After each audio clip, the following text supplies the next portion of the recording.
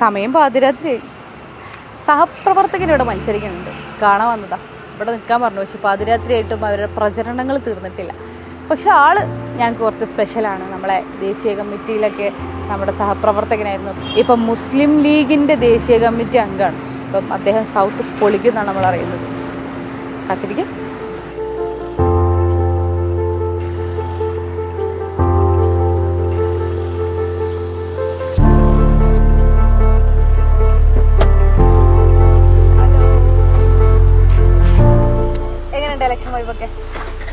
Super. കഴിഞ്ഞ 17-ാം തീയതി ഞാൻ ഇവിടെ വന്നിറങ്ങിയതാണ് നജ്മ. ഞാൻ കോഴിക്കോട്ടങ്ങാടിനെ വേറൊരു ലെവലാക്കിയിട്ട് ഇവിടുന്ന് പോകുന്നു. ആ കോൺഫിഡൻസിലല്ലേ ഞങ്ങളും വരുന്നത്. സംഭവം എന്താണെന്നറിയോ, ഇവിടുത്തെ ഒരു വൈബ് കൂടാൻ വേണ്ടിയിട്ട് ശരിക്കും ഇപ്പൊ പാതിരാത്രി വന്നത്. എപ്പോഴും ഭയങ്കര വൈബുള്ള ഒരു ഇലക്ഷനാണ് ഇവിടെ തോന്നുന്നു അല്ലേ? ഞാൻ ഇന്ന് ചേംബറിന്റെ ഒരു പരിപാടി ഉണ്ടായിരുന്നു. അവരോട് ഈ കാര്യം പറഞ്ഞു. നമ്മുടെ നാഷണൽ യാത്രയിൽ ഇന്ത്യയിലെ പ്രധാനപ്പെട്ട എൻ്റെ മനസ്സിൽ പെട്ടെന്ന് വരുന്ന 3 ബീച്ച് എന്ന് പറഞ്ഞു കഴിഞ്ഞാൽ, ഒന്ന് മുംബൈയിലെ ജൂഹു ബീച്ച്, 2 ചെന്നൈയിലെ മറീന ബീച്ച്, 3 ഗോവ ബീച്ച്. നമ്മളെ നാഷണൽ കമ്മിറ്റിയിൽ നമ്മൾ മുംബൈയിലൊക്കെ പോയപ്പോൾ യെസ് പക്ഷെ ഞാൻ ഈ 3 ബീച്ചുകളിലൊക്കെ പോയപ്പോൾ എൻ്റെ ഒരു ബോധ്യം നജ്മ വൈബ് പറഞ്ഞുകൊണ്ടാണ്, ഏറ്റവും വൈബുള്ള ബീച്ച് നമ്മളെ കോഴിക്കോട് ബീച്ചാണ്. നമ്മളെ കോഴിക്കോട് ബീച്ച്. എന്താ സംഭവം എന്ന് പറഞ്ഞാൽ ആളുകൾക്ക് അതൊരു എന്താണ് അവിശ്വസനീയമായ ഒരു ഡാറ്റ തോന്നും. കാര്യം മുംബൈ ജൂഹു ബീച്ചിന്റെ മുകളിലാണ് കോഴിക്കോട് ബീച്ചിന്റെ vibe. Marina beach of course അങ്ങനെയാണ്. അതിൽ ഏറ്റവും പ്രധാനം നമുക്ക് ഭയങ്കര ഹൈജീൻ ആണല്ലോ ഇവിടെ. ഫാമിലിക്ക് ഇവിടെ പായ വിരിക്കാതെ കിടക്കാൻ പറ്റുന്നതാണ്.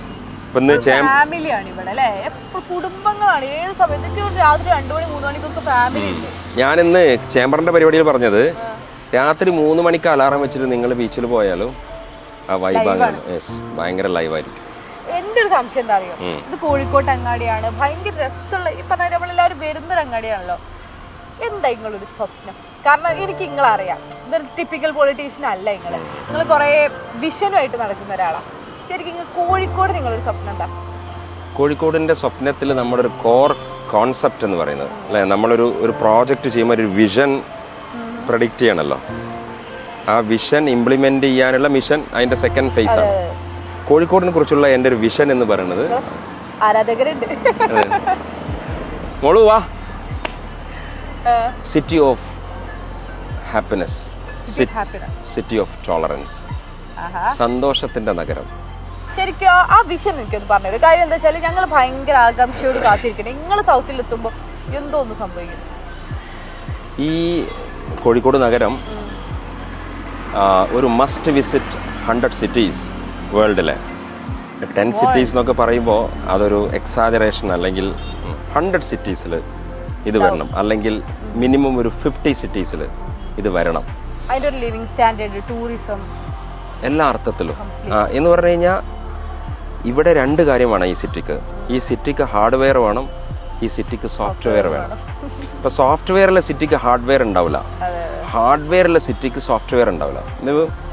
ഹാർഡ്വെയർ പറയുകയാണെങ്കിൽ ഇവിടുത്തെ കംപ്ലീറ്റ് ഡ്രൈനേജിലാണ് നമ്മൾ ഫസ്റ്റ് ആൻഡ് ഫോർമോസ്റ്റ് അറ്റൻഷൻ കൊടുക്കേണ്ടത്. നജ്മക്ക് അറിയോ, ഒരു മഴ പെയ്താൽ ഈ കോഴിക്കോട് പുഴയാണ്, ഒരാൾക്കും പുറത്തിറങ്ങാൻ പറ്റില്ല. Very pathetic. ഞാൻ ഈ ഉൾപ്രദേശങ്ങളിലൊക്കെ പോകുമ്പോൾ ആളുകൾ ഈ സങ്കടം പറയണം. മഴ പെയ്ത് കഴിഞ്ഞാൽ അവർക്ക് വീട്ടിൽ നിന്ന് പുറത്താണ്, കുട്ടികൾക്ക് സ്കൂളിൽ പോകാൻ പറ്റില്ല, ആളുകൾക്ക് ജോലിക്ക് പോകാൻ പറ്റില്ല, ഒന്നിനും പറ്റില്ല. അപ്പോൾ പ്രൈമറി അറ്റൻഷൻ എന്ന് പറയുന്നത് ഇവിടുത്തെ ഡ്രൈനേജാണ്. ആ ഡ്രൈനേജ് ക്ലിയർ ആക്കുന്ന സമയത്ത് അതിൻ്റെ ഒരു ഫൈൻ ട്യൂണിങ്ങിലൂടെ നമുക്ക് ചെയ്യാൻ പറ്റുന്നൊരു കാര്യം, ഒരു ബാരിയർ ഫ്രീ ഫുട്പാത്ത് കൊണ്ടുവരാൻ പറ്റും നമുക്ക്. എന്ന് വെച്ച് കഴിഞ്ഞാൽ ഈ നഗരത്തിലുടനീളം ഒരു സെൽഫ് അസിസ്റ്റഡ് വീൽ ചെയർ ഒരു ഫിസിക്കലി ചാലഞ്ചഡ് ആയിട്ടുള്ള ഒരാൾക്ക് കൊണ്ടുപോകാൻ പറ്റണം. ഓക്കെ. പിന്നെ ഗർഭിണികൾക്ക്, പ്രായമുള്ളവർക്ക്. എന്തുകൊണ്ടാണ് ഗർഭിണികൾ പുറത്തിറങ്ങാത്തത് എന്ന് പറഞ്ഞാൽ സ്റ്റെപ്പ് ഇറങ്ങണം, അതന്നെ പ്രാധാന്യം. ശരിക്കും ഒരു പ്രഗ്നൻസി പീരിയഡിൽ അല്ലേ, നമ്മൾ കുറച്ചൊരു മീൻസ് നമ്മളൊരു എഫേർട്ടും ഒരു ബോഡി മൂവ്മെന്റ്സ് വേണമല്ലോ ശരിക്കും. പക്ഷെ അവരെന്തുകൊണ്ട് പുറത്തിറങ്ങുന്നില്ല? കാരണം സിറ്റിയിലേക്ക് ഇറങ്ങുമ്പോൾ പേടിയാണ്. സ്റ്റെപ്പ് ഇറങ്ങണം, അതിറങ്ങണം. അപ്പോൾ ഗർഭിണികളായ സ്ത്രീകൾക്ക്, ദെൻ പ്രായമുള്ളവർക്ക്, ദെൻ വീൽ ചെയറിലായവർക്ക് ഒരു ബാരിയർ ഫ്രീ ഫുട്പാത്ത് ചെയ്യണം എന്നുള്ളത് ഇതിൻ്റെ ഒരു ഫസ്റ്റ് സ്റ്റെപ്പാണ്. ഡ്രൈനേജ്, ദെൻ ഈ ഫുട്പാത്ത്. ഇൻഫ്രാസ്ട്രക്ചർ, ഞാൻ നേരത്തെ പറഞ്ഞ ഹാർഡ്വെയറിനകത്ത് നമുക്ക് ഒരുപാട് കാര്യങ്ങളുണ്ട്. ഞാൻ ഇപ്പോൾ city of happiness, city of tolerance എന്നൊക്കെ പറയുമ്പോൾ ഇപ്പം ഇവിടെ നമുക്ക് ചെയ്യാൻ പറ്റുന്ന ഇവിടുത്തെ വേറൊരു പ്രശ്നം, ഞാനിപ്പോൾ ഇന്ന് ഉച്ചക്ക് എന്നോട് എല്ലാവരും നീ എന്തെങ്ങനെ കറുത്തിട്ടുള്ളത്, നീ എന്തെങ്ങനെ ഇങ്ങനെ ഉരുകിപ്പോയിക്കണം. കാരണം ഇന്ന് വെല്ലിയങ്ങാടിയിൽ ഞാൻ ഇറങ്ങിയതാണ്. ഇപ്പോൾ 2 മണിക്കൂർ ഞാൻ വെല്ലിയങ്ങാടിയിൽ ഇറങ്ങിയപ്പോൾ ഞാൻ അത്രമേൽ ഭയങ്കര എഫേർട്ട് എടുത്തു, ഭയങ്കര ക്ഷീണം ബാധിച്ചു. അപ്പോൾ ഞാൻ ആലോചിച്ചു, ഈ അങ്ങാടിയിൽ ഡെയിലി പണിയെടുക്കുന്ന തൊഴിലാളികളില്ലേ, നിത്യവും ഈ ചൂടിൽ നിൽക്കുന്ന തൊഴിലാളികളുണ്ട്. നമുക്കൊരു സൊല്യൂഷൻ ഉണ്ട്. ഈ നഗരത്തിൻ്റെ ചൂട് ഒഴിവാക്കാൻ വേണ്ടിയിട്ട് നഗരത്തിൽ ഒരു ഫോറസ്റ്റ് സംവിധാനം, അർബൻ ഫോറസ്റ്റ്, മിയാവാക്കി ഫോറസ്റ്റ് എന്ന് അതിനെ ടെക്നിക്കലി വിളിക്കും. പുറമ്പോക്കുകളിലൊക്കെ മരം പിടിപ്പിക്കുക, മാക്സിമം ഒരു ഗ്രീനറി ഇതിനകത്ത്. എങ്ങനെ അതിൻ്റെ ബ്യൂട്ടിഫിക്കേഷൻ അല്ല പർപ്പസ്, ബ്യൂട്ടിഫിക്കേഷൻ രണ്ടാമത്തതാണ്. ഫസ്റ്റ് പർപ്പസ് നമുക്ക് ഈ ഹ്യൂമിഡിറ്റി, ഇത് കുറക്കാൻ പറ്റും, ഈ ചൂട് കുറക്കാൻ പറ്റും. അപ്പോൾ ഒരു അർബൻ ഫോറസ്റ്റ്, ഒരു ഹരിത നഗരം എന്നതൊരു പ്രധാനപ്പെട്ട ഒരു കോൺസെപ്റ്റാണ്. പിന്നെ നമുക്ക് പല ഹെഡിലേക്ക് നമുക്ക് വികസിപ്പിക്കണം, കൊണ്ടുപോകാൻ പറ്റും. ഓക്കെ, തീർച്ചയായിട്ടും അതിനുള്ള ഒരു പൊട്ടൻഷ്യൽ ഉള്ള സിറ്റിയാണ്, അതിനുള്ള പൊട്ടൻഷ്യൽ ഉള്ള ഓഫ് കോഴ്സ് ഒരു ഗ്രീൻ സിറ്റി, കോഴിക്കോട് എന്നുള്ള ഗ്രീൻ സിറ്റി. പിന്നെ നമ്മളിപ്പോൾ നിൽക്കുന്നത് ബീച്ചിലാണ്. ബീച്ചിന്റെ വൈബ് പറഞ്ഞാൽ തുടങ്ങിയത് നമ്മളെ സൗത്ത് ബീച്ച് മുനീർക്ക തുടങ്ങി വെച്ചിട്ടുണ്ട്. ഫസ്റ്റ് സ്റ്റെപ്പ് അതിനെ നമുക്ക് ഇന്റർനാഷണൽ ലെവലിൽ ഒരു കോർണിഷായി. ഇപ്പോൾ ഗൾഫിലൊക്കെ നമ്മൾ പോകുമ്പോൾ, ഞാനും നജ്മൊക്കെ പോകുന്നല്ലോ, നമ്മളെ എവിടെയൊക്കെ കൊണ്ടുപോവാ? ഒന്ന് കോർണിഷാണ് അല്ലേ? ഇക്കടൽ തന്നെയാണ് അക്കടലും. പക്ഷെ തീരമാണ് മാറിയത്. കടൽ ഓൾറെഡി ഉണ്ട്, നമുക്ക് തീരം നമ്മൾ ഡിഫൈൻ ചെയ്യണം. ഓക്കെ, നമുക്ക് വിഷൻ ഉണ്ടെങ്കിൽ നമുക്ക് അതിനെ ഇത് ചെയ്യാം. അപ്പോൾ നമുക്ക് ഈ കോർണിഷന്, സൗത്ത് ബീച്ചിന്റെ ഈ കോർണിഷന് ഓൾറെഡി ഇപ്പോൾ സൈക്കിൾ ട്രാക്ക് ഉണ്ട്, ആളുകൾക്ക് ഇപ്പോൾ ഓപ്പൺ ജിം സംവിധാനം ഉണ്ട്, നല്ല പാത്വേ ഉണ്ട്, എല്ലാം ഉണ്ട്. ഇനി നമുക്ക് ഇവിടുത്തെ ഏറ്റവും കൂടുതൽ ആർക്കിടെക്ട്സ് ഉള്ള ഒരു സിറ്റിയാണത്. എല്ലാവരും ഇതൊക്കെ ഈ സർവീസൊക്കെ ചെയ്യാൻ റെഡിയാണ്, ആർക്കിടെക്ട് കമ്മ്യൂണിറ്റി. അപ്പം നമുക്ക് ഒരു ക്ലാസ് ആർക്കിടെക്ചറിലൂടെ നമുക്ക് ഈ കോർണീഷനെ ഒരു ഇന്റർനാഷണൽ ലെവലിൽ നമുക്കിതിനെ നിർമ്മിക്കാൻ പറ്റും. ആ കോർണീഷനകത്ത് നമുക്ക് കോഴിക്കോടിൻ്റെ രുചി വൈവിധ്യങ്ങളുണ്ട്. കോഴിക്കോടൻ ഭക്ഷണം, കോഴിക്കോടൻ പലഹാരം ഒക്കെ ഉണ്ടല്ലോ. അപ്പം നമുക്ക് നമ്മുടെ ബീച്ചിൽ എന്ത് ചെയ്യാം, കോഴിക്കോടിൻ്റെ ഈ ഭക്ഷണ കൾച്ചറിനെ അതിനെ നമുക്ക് ഷോക്കേസ് ചെയ്യാൻ പറ്റും. അങ്ങനെ വരുമ്പോൾ തന്നെ ഇങ്ങോട്ട് ഫുഡ് ഫാൾസ് വരും. ഫുഡ് ഫാൾസ് വരിക എന്ന് പറയുമ്പോൾ നജിബ, നിങ്ങൾക്ക് അറിയോ ഈ ബീച്ചിൽ ഡെയിലി വരുന്ന ആൾക്കാരുടെ എണ്ണം? Can you guess? വെറുതെ ഒന്ന് ഗസ് ചെയ്യും, വെറുതെ ഒന്ന് ഗസ് ചെയ്യും. നിങ്ങൾ വരണല്ലേ ഡെയിലി? ആൾക്കാരെ കൊണ്ട് ശ്വാസം മുട്ടുന്നുണ്ട് ഇവിടെ. ഒരു ആവറേജ് എത്ര? ഞാൻ പറഞ്ഞ ഫെസ്റ്റിവൽ സീസണോ വീക്കെൻഡ് ഒന്നും അല്ല, നമുക്കൊരു ആവറേജ് എടുക്കുമ്പോൾ whether you believe or not, 10,000 footfalls daily per day. Yes. every day 7 to 10,000. Google ഇതെല്ലാം കിട്ടും. അപ്പോൾ ഒരു മാസം എത്രയായി? 3 ലക്ഷം ആൾക്കാർ. ബട്ട് ക്വൈറ്റ് അൺഫോർച്ചുനേറ്റ്, വാഷ്റൂം ഇല്ല.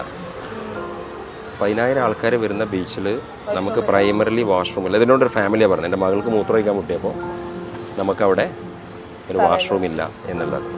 ശരിയാണ്, അത് ഭയങ്കര പ്രശ്നമാണ്. അപ്പോഴേ അതൊക്കെ അങ്ങനത്തെ കുറെ ഒളിഞ്ഞിരിക്കുന്ന പ്രശ്നങ്ങളാണ് യഥാർത്ഥത്തിൽ നമ്മുടെ നഗരത്തിലുള്ള, അല്ലേ? പുറത്തുള്ള മോടികളെ ഉള്ളൂ, യഥാർത്ഥത്തിൽ ഉള്ളിലൊരു ഇൻഫ്രാസ്ട്രക്ചർ ശരിയല്ല എന്നുള്ളൊരു തോന്നൽ ഫാൻസ് വരുന്നു. ഒരു മൈക്രോ ലെവൽ മാനേജ്മെന്റ് ഇതിനകത്ത് വേണം. ഒരു മാക്രോ ലെവൽ ഒരു സംഭവം ഇതിനകത്ത് വരണം. പുറത്തുള്ളൊരു ഭംഗി തന്നെ ഉള്ളൂ. പുറത്തുള്ള ഭംഗി എന്ന് പറഞ്ഞു കഴിഞ്ഞാൽ സിറ്റിയുടെ ഫേസ് ലിഫ്റ്റിംഗ് വളരെ പെട്ടെന്ന് നടത്തണം.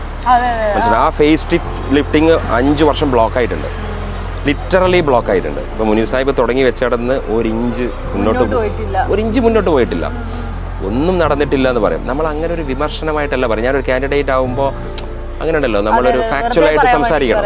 ഓക്കെ, നമ്മളൊരു ബ്ലെയിം ചെയ്യാൻ വേണ്ടി സംസാരിക്കരുത്. നിങ്ങളൊരു ലേമാൻ എന്നുള്ള നിലക്ക് പഠിക്കൂ, സിറ്റിയിൽ എന്താണ് കഴിഞ്ഞ ലാസ്റ്റ് 5 years എന്താ സംഭവിച്ചത് എന്നുള്ളത്.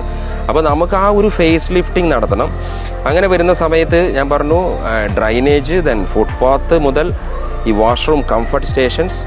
ഇവിടെ നമുക്ക് കോഴിക്കോടിൻ്റെ നന്മയാണ് ഓട്ടോ ഡ്രൈവർമാർ.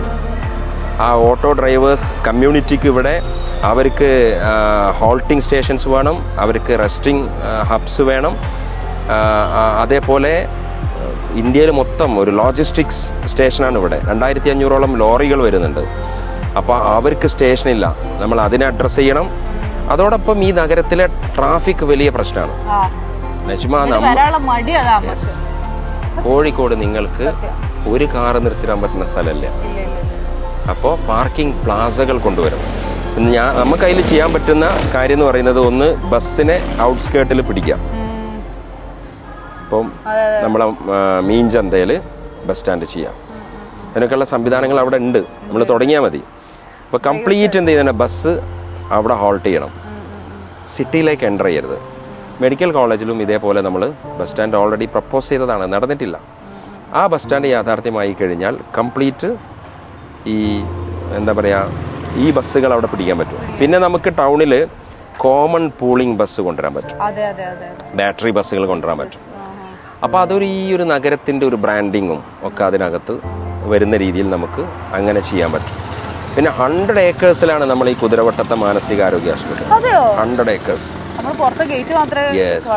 അതിനിപ്പോ മാനസിക ഇല്ലാത്തവരവിടെ ചെന്നാലും നമുക്ക് ആയി പോണ രീതിയിലുള്ള ഒരു നെഗറ്റീവ് എനർജി അവിടെ ഉണ്ട്. ഒരു കുഴപ്പമില്ലട്ടോ അത്. Yes yes.